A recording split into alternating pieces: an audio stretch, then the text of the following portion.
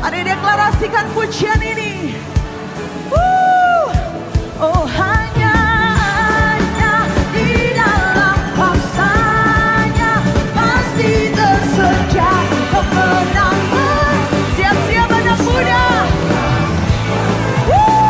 Hanya di dalam nama-Nya Yesus dia sumber pengharapan sepanjang hidupku. Hanya di dalam kuasa-Nya pasti tersedia kemenangan bagiku selama-lamanya. Oh, kami percaya Tuhan ada kemenangan dalam setiap kami.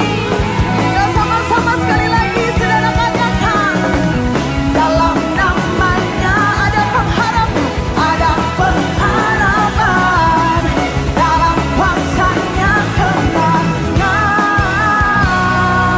Sorak-sorai buat Tuhan Yesus.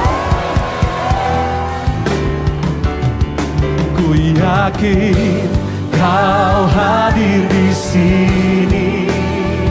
Ku rasakan kuasa yang tak terbatas.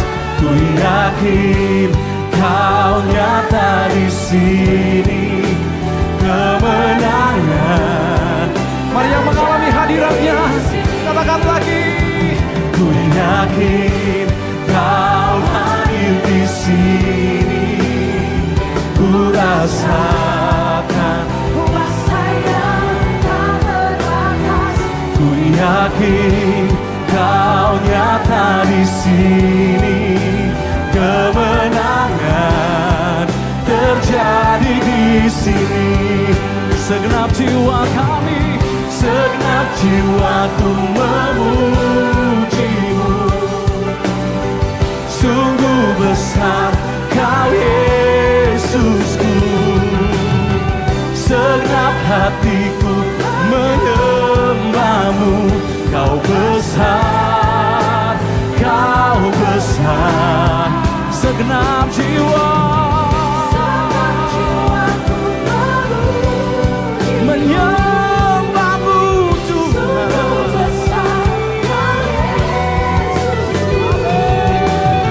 Segenap hatiku menyembah-Mu.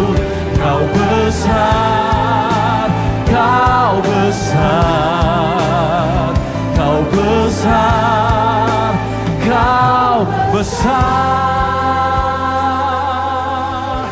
Oh, ku yakin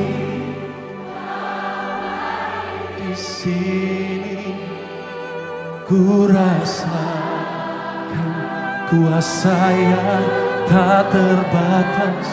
Ku yakin Kau nyata di sini.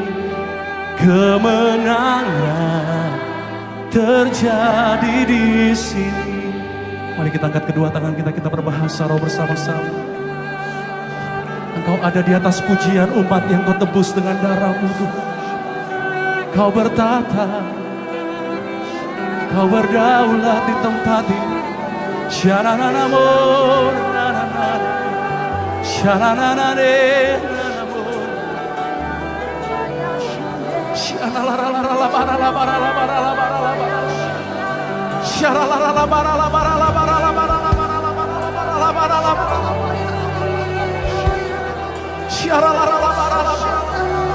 Engkau melihat anak-anak muda Tuhan, datang merendahkan hati menyembah-Mu ya Tuhan.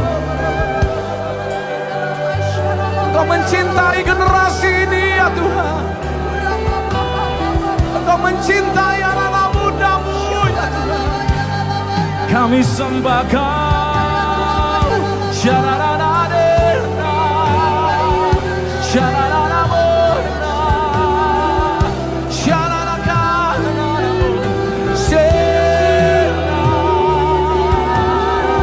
syarananadena. Mari bersama-sama datang menyembah Dia. Dia ada di tengah-tengah kita. Segenap jiwa, segenap jiwaku memuji.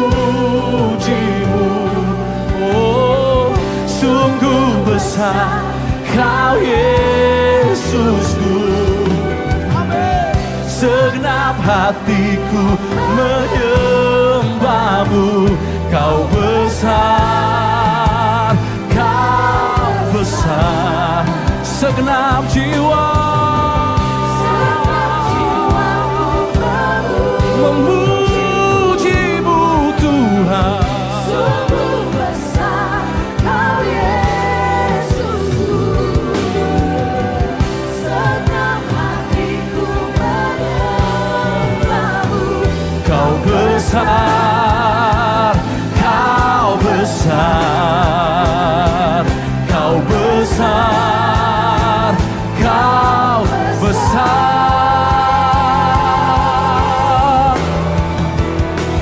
Ku yakin kau hadir di sini.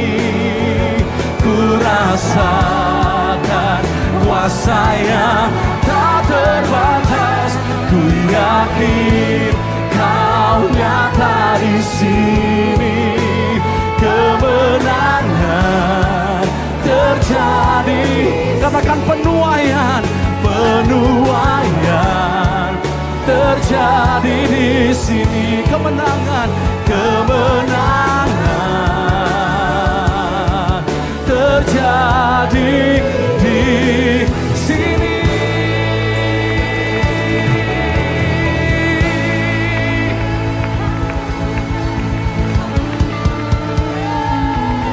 Karena sumber kemenangan namanya Tuhan Yesus ada di atas pujian umat-Mu.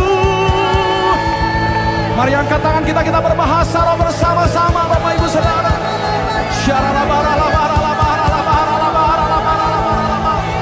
Anak-anak muda boleh bergandengan tangan. Ayo anak-anak muda bergandengan tangan bahasa roh.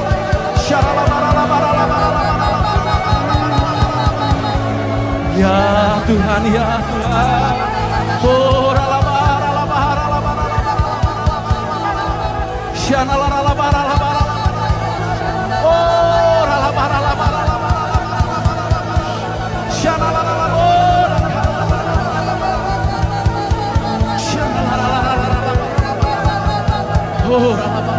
terus tanpa musik bahasa roh Bapak Ibu Saudara.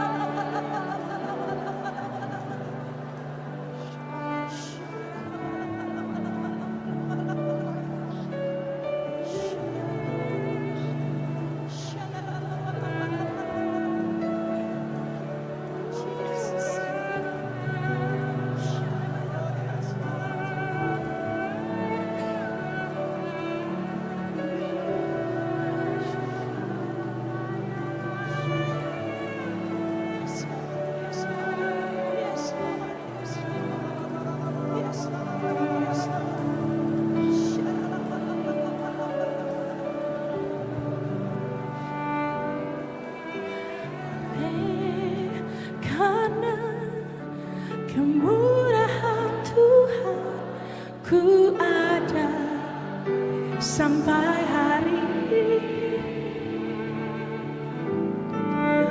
Oleh karena kebaikan Tuhan, janji-Mu terjadi bagiku. Oleh karena kemurahan Tuhan, ku ada sampai hari ini. Oleh karena kebaikan Tuhan, janji-Mu terjadi bagiku. Aku percaya berkat-Mu atasku melimpah, kebajikan kemurahan selalu mengikutiku. Ku puji, ku sembah Kau Tuhan. Iya Tuhan, Kau baik Tuhan. Oleh karena kemurahan Tuhan, ku ada sampai hari ini. Thank you Jesus. Terima kasih Tuhan.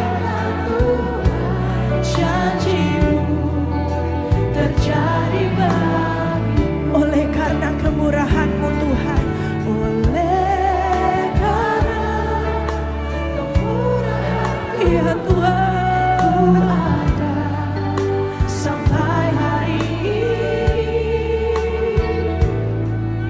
Oleh karena kebaikan Tuhan, janji-Mu terjadi bagiku. Kami percaya, aku percaya berkat-Mu atasku melimpah, kebajikan kemurahan selalu mengikutiku. Ku puji, ku sembah, aku percaya. Aku percaya, ya Tuhan, berkat-Mu atasku melimpah, kebajikan kemurahan selalu mengikutiku. Ku puji, ya kami percaya Tuhan. Oh, berkat-Mu melimpah ya Allah. Berkat-Mu atasku melimpah, kebajikan kemurahan selalu mengikutiku. Ya aku percaya, Jesus.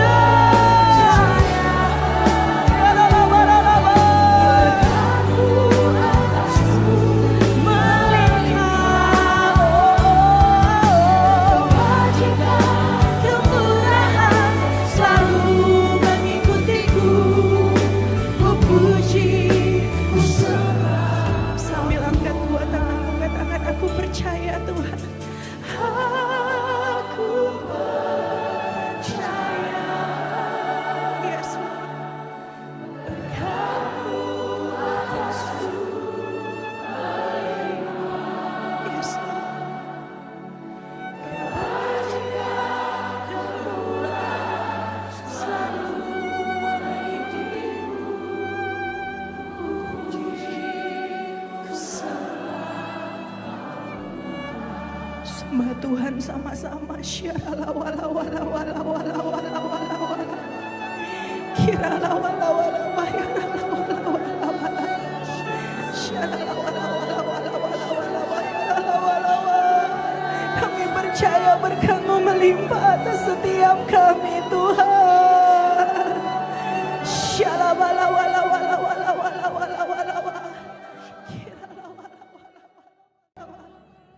Shalom semuanya.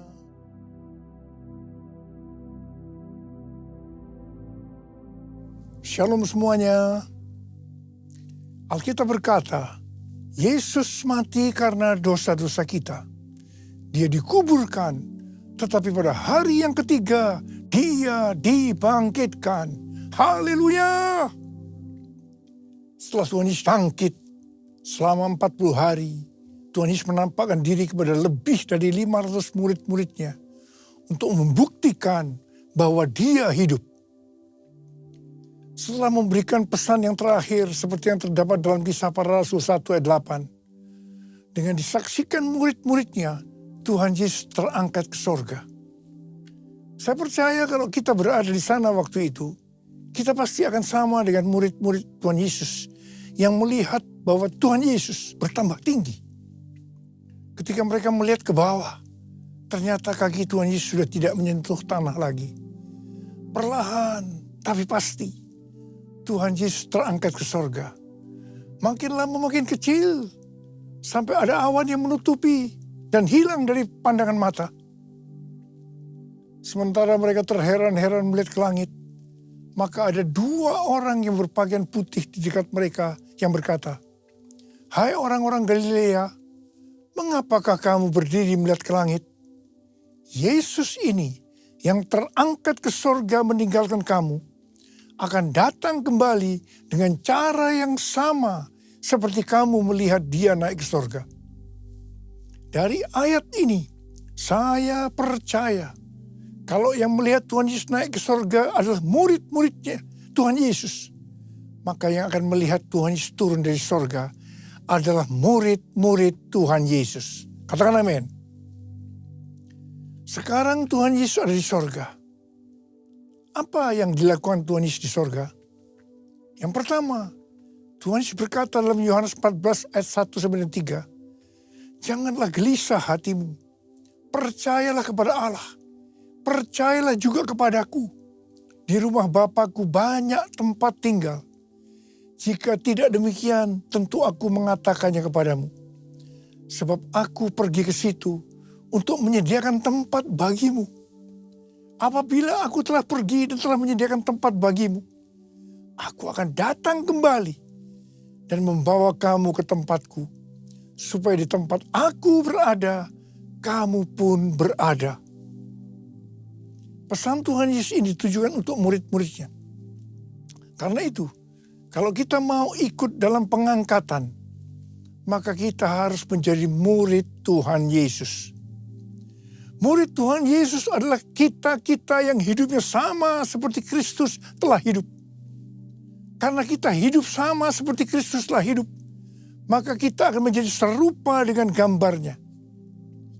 Roma 8 ayat 29 berkata, "Sebab semua orang yang dipilihnya dari semula, mereka juga ditentukannya dari semula untuk menjadi serupa dengan gambar anaknya, supaya ia, anaknya itu, menjadi yang sulung di antara banyak saudara." Jadi goal kita sebagai orang percaya adalah menjadi serupa dengan gambar Yesus, yaitu murid Tuhan Yesus. Menjadi seperti Kau Yesus, menjadi seperti Kau Yesus, menjadi sempurna dalam seluruh hidupku, dalam seluruh hidupku. Hal kedua yang dilakukan oleh Tuhan Yesus di sorga adalah sesuai dengan Ibrani 7 ayat 25 yang berkata, "Karena itu, Ia sanggup juga menyelamatkan dengan sempurna semua orang yang melalui Dia datang kepada Allah. Sebab Ia hidup senantiasa untuk menjadi pengantara mereka." Tuhan Yesus di sorga menjadi pengantara kita. Artinya, sebagai pendoa syafaat bagi kita, supaya kita selamat secara sempurna.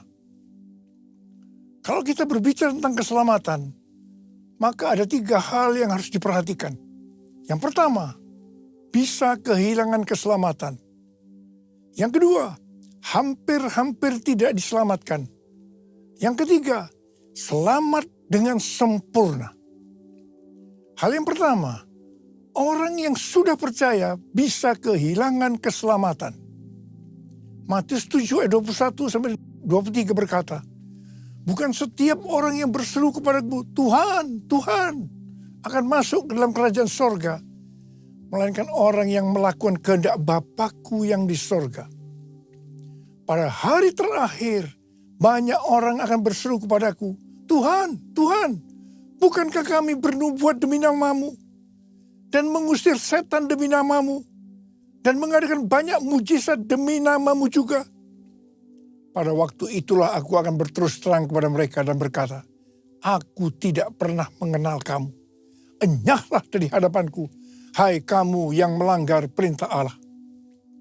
Ini merupakan peringatan bagi hamba-hamba Tuhan yang sedang dipakai oleh Tuhan. Agar pelayanan ini diberikan oleh Tuhan semata-mata hanya untuk menyatakan kemuliaannya. Bukan untuk kemuliaan diri sendiri. Bukan untuk mencari keuntungan pribadi. Bukan untuk popularitas di mana bisa mengakibatkan hilangnya keselamatan. Contoh seorang murid yang kehilangan keselamatannya adalah Yudas. Yudas mengikut Yesus begitu lama. Bahkan dicatat dalam Lukas 9 ayat 1-6. Ia bersama murid-muridnya yang lain pernah melakukan berbagai mujizat dan pelayanan kesembuhan. Namun ia akhirnya memilih meninggalkan Tuhan. Maka hilanglah keselamatannya.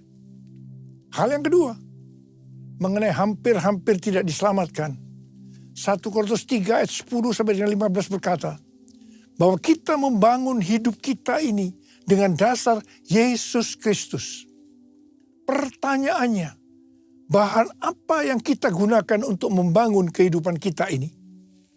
Apakah dengan bahan emas, perak, batu permata, ataukah dengan bahan kayu, rumput kering atau jerami? Semua ini akan nampak pada hari Tuhan saat pekerjaan kita diuji dengan api. Jika pekerjaan kita tahan uji, artinya tidak terbakar karena terbuat dari bahan emas, perak, dan batu permata, maka kita akan mendapat upah. Tapi sebaliknya kalau pekerjaannya itu terbakar, karena bahan yang digunakan adalah kayu, rumput kering, atau jerami, maka akan menderita kerugian. Selamat sih selamat, tetapi seperti keluar dari dalam api. Artinya hampir-hampir tidak diselamatkan. Hampir-hampir tidak diselamatkan dapat diartikan.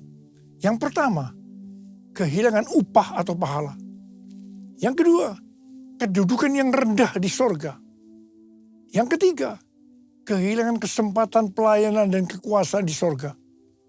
Yang keempat, kehilangan kemuliaan dan kehormatan di hadapan Allah. Mari, saya akan ajak kita semua untuk memperhatikan dengan serius pekerjaan pelayanan kita, juga termasuk kualitas kehidupan. Jangan menjadi orang Kristen yang acuh tak acuh, agar kita mendapatkan upah di sorga. Yang mau katakan amin. Yang ketiga, Tuhan Yesus berada di sorga untuk mendoakan kita agar mendapatkan keselamatan yang sempurna. Bukan untuk kehilangan keselamatan, atau bukan hampir-hampir tidak diselamatkan.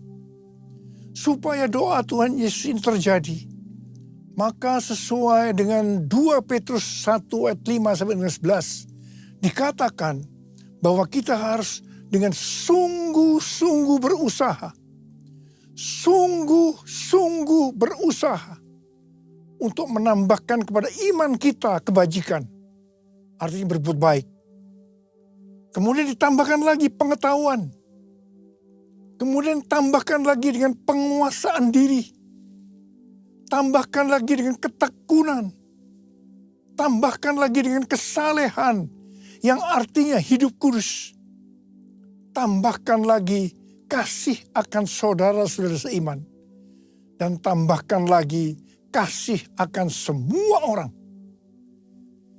Kalau kita melakukan ini semua dengan sungguh-sungguh, maka kita akan lebih mengenal Tuhan Yesus Kristus. Dan kita tidak akan pernah tersandung. Dengan demikian, kita akan dikaruniakan hak penuh untuk memasuki kerajaan kekal, yaitu kerajaan Tuhan dan Juru Selamat kita, Yesus Kristus. Yang artinya kita mendapatkan keselamatan yang sempurna. Haleluya! Besar anugerah-Mu, berlimpah kasih-Mu, semakin hari semakin bertambah besar anugerah-Mu. Semakin hari semakin bertambah besar anugerah-Mu. Hal ketiga yang dilakukan oleh Tuhan Yesus di sorga adalah mencurahkan Roh Kudus. Pesan yang terakhir dari Tuhan Yesus untuk murid-muridnya sebelum ia terangkat ke sorga terdapat dalam Kisah Para Rasul 1 ayat 8 yang berkata, "Tetapi kamu akan menerima kuasa kalau Roh Kudus turun ke atas kamu, dan kamu akan menjadi saksiku di Yerusalem dan di seluruh Yudea dan Samaria dan sampai ke ujung bumi." Setelah memberikan pesan yang terakhir ini, Tuhan Yesus naik ke sorga. Setelah itu apa yang dilakukan oleh murid-muridnya? Mereka pergi ke Yerusalem dan berkumpul di ruang atas atau kamar loteng. Mereka melakukan ini karena Tuhan Yesus yang menyuruh mereka agar tidak meninggalkan kota Yerusalem, karena mereka akan dilengkapi dengan kekuasaan dari tempat tinggi. Tuhan Yesus berkata, "Sebab Yohanes membaptis dengan air, tetapi tidak lama lagi kamu akan dibaptis dengan Roh Kudus." Murid-murid yang berkumpul berjumlah sekitar 120 orang. Kisah Para Rasul 1 ayat 14a berkata, mereka semua bertekun dengan sehati dalam doa bersama-sama. Artinya mereka berdoa, memuji dan menyembah Tuhan dalam unity siang dan malam. Ini adalah prinsip restorasi Pondok Daud. Ini adalah prinsip menara doa. Pada hari raya Pentakosta, jadi 10 hari setelah mereka berkumpul itu, tiba-tiba turunlah dari langit suatu bunyi seperti tiupan angin yang keras yang memenuhi seluruh rumah di mana mereka duduk. Dan tampaklah kepada mereka lidah-lidah seperti nyala api yang bertebaran dan hinggap pada mereka masing-masing. Maka penuhlah mereka dengan Roh Kudus. Lalu mereka mulai berkata-kata dalam bahasa-bahasa lain seperti yang diberikan oleh Roh itu kepada mereka untuk mengatakannya. Itu adalah bahasa roh. Orang yang dibaptis dengan Roh Kudus atau dipenuhi Roh Kudus, tanda awalnya adalah berbahasa roh. Setelah itu murid-murid Tuhan Yesus dipakai secara luar biasa untuk melakukan amanat agung. Tanda dan mujizat menyertai pelayanan mereka. Peristiwa ini disebut sebagai Pentakosta yang pertama. Pentakosta yang pertama ini dahsyat. Sebab dalam kurun beberapa ratus tahun, sekitar 70% dari dunia yang dikenal pada waktu itu, yaitu yang berada di bawah kekaisaran Romawi, menjadi Kristen. Wow. Pertanyaannya, apakah amanat agung sudah selesai? Jawabannya, belum. Karena itu pada tahun 1906, kembali Roh Kudus dicurahkan di Azusa Street yang disebut dengan Pentakosta yang kedua. Ciri-ciri yang menonjol dalam Pentakosta kedua ini adalah penekanan dalam hal berbahasa roh dan pelayanan mujizat dan kesembuhan. Meskipun seluruh karunia roh juga dicurahkan dengan limpahnya. Pentakosta kedua ini dahsyat. Mengapa?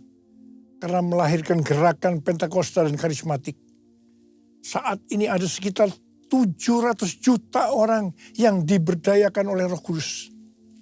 Pertanyaannya, apakah amanat agung sudah selesai? Jawabannya, belum. Karena itu hari-hari ini, pencurahan Roh Kudus yang jauh lebih dahsyat dibanding dengan Azusa Street sedang terjadi. Ini disebut sebagai Pentakosta yang ketiga. Seperti yang terjadi pada Pentakosta yang pertama dan Pentakosta yang kedua. Maka berbahasa roh dan pelayanan kesembuhan juga terlihat begitu intens. Saya percaya dengan Pentakosta ketiga ini, amanat agung Tuhan Yesus akan selesai. Dan Tuhan Yesus akan datang kembali. Haleluya. Rasul Paulus dalam 1 Korintus 14 ayat 5a berkata, aku suka supaya kamu semua berkata-kata dengan bahasa roh. Selain itu dalam 1 Korintus 14 ayat 18, Rasul Paulus juga berkata, aku mengucap syukur kepada Allah bahwa aku berkata-kata dalam bahasa roh lebih daripada kamu semua. Saya sangat mengaminkan apa yang dikatakan oleh Rasul Paulus ini. Dan saya juga berdoa agar apa yang dikatakan oleh Rasul Paulus ini juga terjadi pada kita. Yang percaya katakan amin. Ku buka hati untuk Roh-Mu Tuhan. Ku buka hati menyembah-Mu Yesus. Jamahlah kami, penuhi kami dengan kuasa Allah Maha Tinggi. Jamahlah kami, penuhi kami dengan kuasa Allah Maha Tinggi. Apa yang terjadi kalau kita berbahasa roh? Yang pertama, kita akan lebih berani bersaksi tentang Yesus. Kita ingat Petrus, di mana sebelum dia dibaptis Roh Kudus dengan tanda awal berbahasa roh, dia pernah menyangkal Yesus sebanyak 3 kali sebelum ayam berkokok. Setelah dibaptis Roh Kudus dan berbahasa roh, dia berani bersaksi tentang Tuhan Yesus, tidak peduli disesah dan dipenjara. Yang kedua, kalau kita berbahasa roh, maka sesuai dengan 1 Korintus 14 ayat 4a dikatakan, siapa yang berkata-kata dalam bahasa roh, ia membangun dirinya sendiri. Yang artinya kalau kita berbahasa roh, kita akan membangun iman kita. Yang ketiga, kalau kita berbahasa roh, kita akan lebih merasakan hadiratnya. Dan lebih intim dengan dia. Karena ketika berbahasa roh, kita berkata-kata kepada Allah, bukan kepada manusia.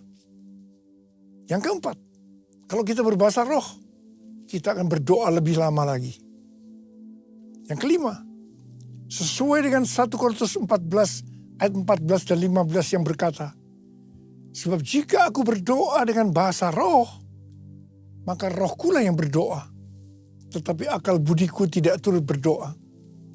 Jadi, apakah yang harus kubuat? Aku akan berdoa dengan rohku, tetapi aku akan berdoa juga dengan akal budiku. Aku akan menyanyi dan memuji dengan rohku, tetapi aku akan menyanyi dan memuji juga dengan akal budiku. Jadi, kalau kita mengendaki agar roh kita berdoa, menyanyi dan memuji, maka kita harus berbahasa roh.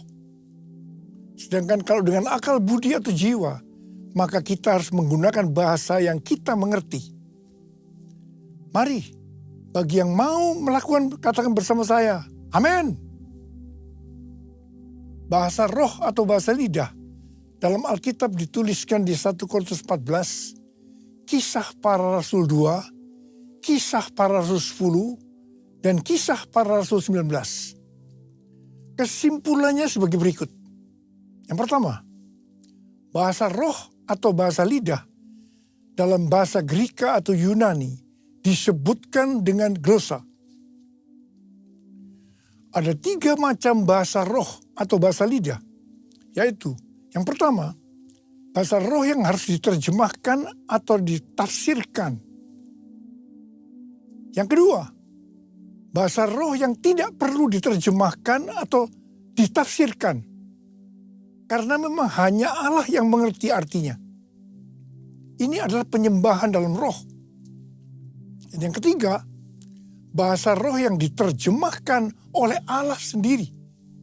Sehingga dimengerti oleh orang yang mendengarnya. Dalam bahasa yang dimengerti. Kesimpulan yang ketiga, bahasa roh atau bahasa lidah bisa diucapkan di mana saja. Artinya bisa di rumah, di kebaktian umum, di kebaktian doa, di kul, dan di mana saja kita berada. Kesimpulan yang keempat, Rasul Paulus dalam 1 Korintus 14 ayat 39 dan 40 berkata, "Karena itu saudara-saudaraku, usahakanlah dirimu untuk memperoleh karunia untuk bernubuat dan janganlah melarang orang-orang yang berkata-kata dengan bahasa roh. Tetapi segala sesuatu harus berlangsung dengan sopan dan teratur." Come Holy Spirit, fall in this place. I need more and more of you. Fill me again with the power of your Spirit. Lord, I'm crying out for more and more of you. Lord, I'm crying out for more and more of you. Memasuki tahun 2025, tahun yang penuh dengan ketidakpastian, tahun di mana bencana alam, peperangan, krisis ekonomi yang makin menghebat, tahun di mana keadaan akan menjadi semakin sukar. Tuhan memberikan tuntunannya. Yang pertama, sesuai dengan Mazmur 27 ayat 14, nantikanlah Tuhan, kuatkanlah dan teguhkanlah hatimu. Nantikanlah Tuhan. Artinya, kita harus berharap hanya kepada Tuhan. Katakan amin. Yang kedua, lebih banyak berbahasa roh. Yang ketiga, Tuhan akan menuntun melalui tiang awan dan tiang api. Karena itu kita harus banyak berada dalam hadiratnya. Supaya kita peka terhadap tuntunannya. Ingat, memasuki tahun 2025 yang seperti ini, justru tema tahun 2025 adalah tahun penuaian. Saya berdoa agar pengurapan Tuhan turun ke atas kita sekarang ini. Pengurapan yang akan memberikan kuasa untuk menyelesaikan amanat agung.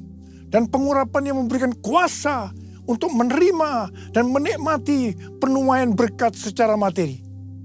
Haleluya! Mari, angkat tangan kita. Nyanyikan lagu ini. Curahkanlah kuasa-Mu Tuhan. Mujizat terjadi di tempat ini. Curahkanlah kuasa-Mu Tuhan. Mujizat terjadi sekarang ini. Curahkan ya Tuhan. Curahkanlah kuasa-Mu Tuhan.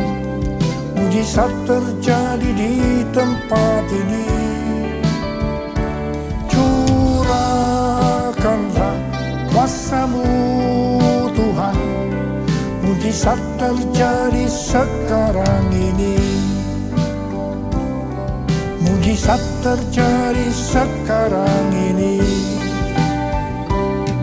Mujizat terjadi sekarang ini.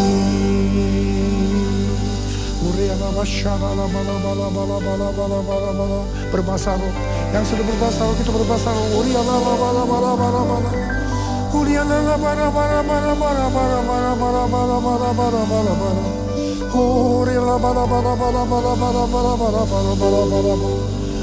Curahkan Tuhan. Curahkan kuasa itu ya Tuhan. Kuasa.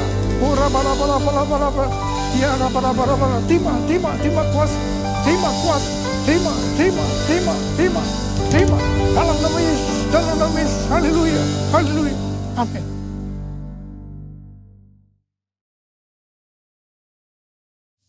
Kita akan masuk ke dalam perjamuan kudus. Kita akan mengingat ayat ini.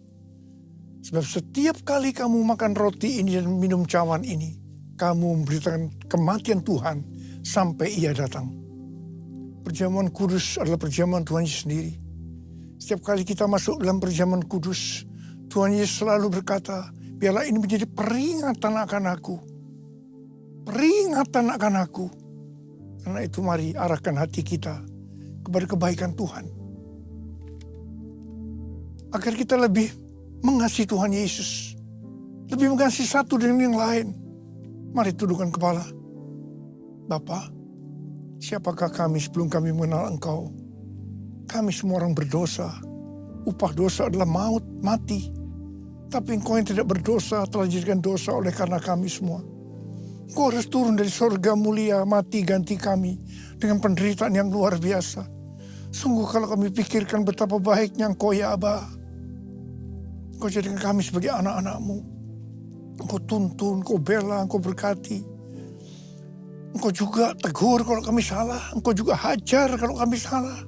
Itu Engkau ya Aba. Itu Engkau. Terima kasih Aba.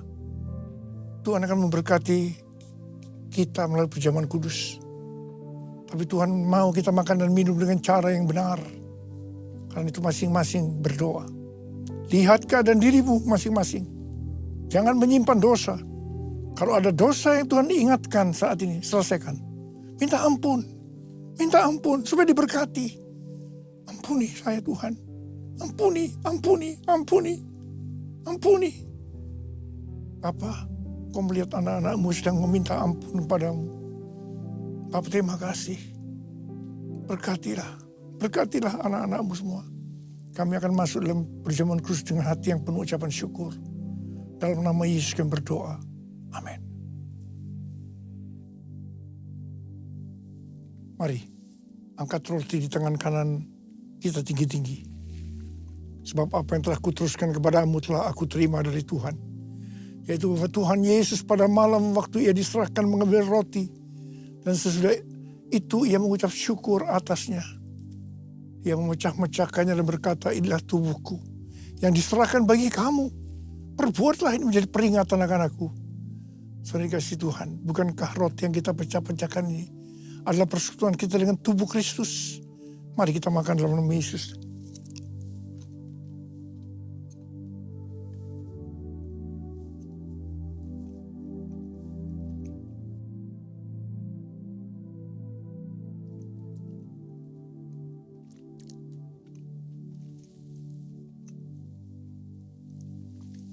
Angkat cawan di tangan kanan kita tinggi-tinggi. Kemudian juga Ia mengambil cawan sesudah makan lalu berkata, cawan ini adalah perjanjian baru yang dimeteraikan oleh darahku. Perbuatlah ini setiap kali kamu meminumnya menjadi peringatan akan aku. Saudara dikasihi Tuhan, bukankah cawan pengucapan syukur yang atasnya kita ucapkan syukur adalah persekutuan kita dengan darah Yesus? Mari kita minum dalam nama Yesus.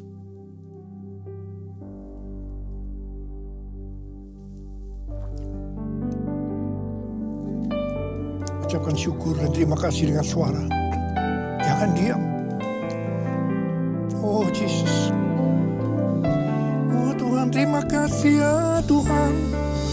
Terima kasih ya Tuhan. Tuhan, terima kasih ya Tuhan. Terima kasih ya Tuhan.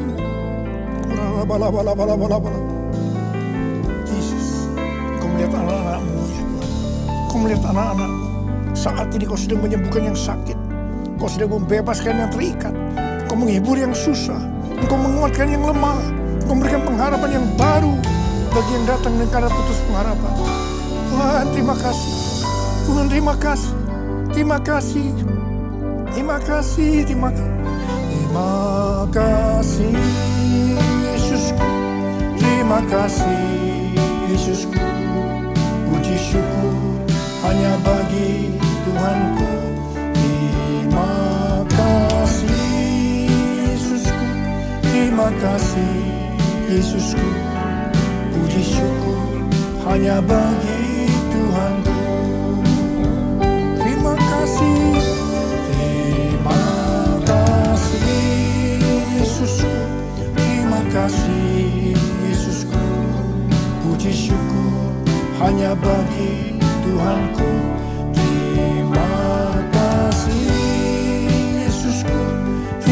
kasih Yesusku.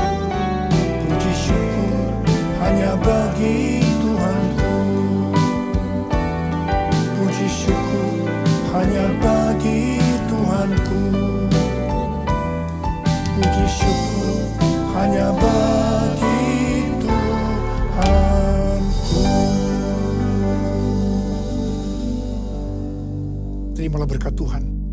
Kasih karunia yang berlimpah-limpah daripada Allah Bapa dalam Anak yang tunggal Yesus Kristus. Persekutuan yang manis dengan Roh Kudus menyertai kita semua mulai hari ini.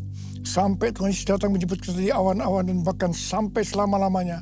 Yang percaya bersama-sama katakan amin.